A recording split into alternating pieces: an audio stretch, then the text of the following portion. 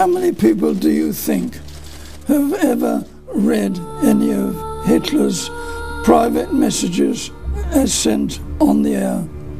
How many people? Tell me. In this country there's one only, and that's myself. I don't think the British public really realise how crucial the information generated by Bletchley was. It was like working on the most difficult crossword in the world. Every day. It should have been totally unbreakable. Hardly a vent in the war there wasn't intelligence coming from Bletchley. The Battle of Matapan, the D-Day landings. Battle of Alamein, Kursk. The Bismarck, she was sunk.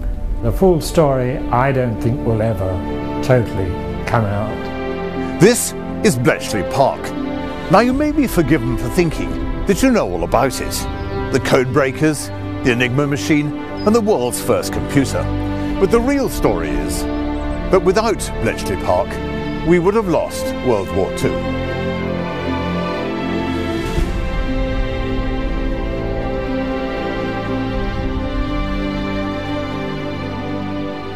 We had very little training. We'd been on a 6-week course in Bedford, the school there, but it was very rudimentary.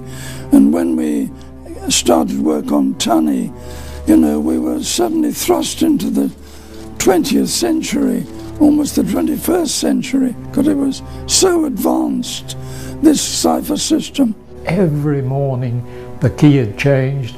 Every morning it was another battle. No wonder that so many of them fell ill in one way and another, a lot of them with mental trouble and so on. The strain must have been simply colossal. We started breaking messages which showed that the Germans were going to attack again in huge numbers at a city called Kursk. And we were able to warn the Russians. The Russians, fortunately, fought it off after the biggest tank battle of the war. And they called this themselves the turning of the tide.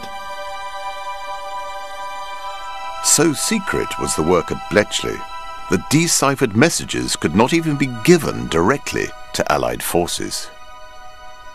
We knew the Bismarck had been holed up in a fjord in Scandinavia, and we had no idea when it was going to set sail, when or where to. And if we'd had a spy sitting on the edge of the quayside, he wouldn't have known either. But however, a message was broken here giving the exact time of her departure and the map reference to where she was going. So, what can we do? We mustn't compromise Bletchley Park. It was never compromised. And so what they did was to send out a squadron of Fleet Air Armed Swordfish. The men were told that they were on a square search of the North Sea, and that was quite a usual exercise, nothing unusual about that. And so that's what they were doing. One of these chaps, unknown to him, had the exact map reference where he was going to see Bismarck.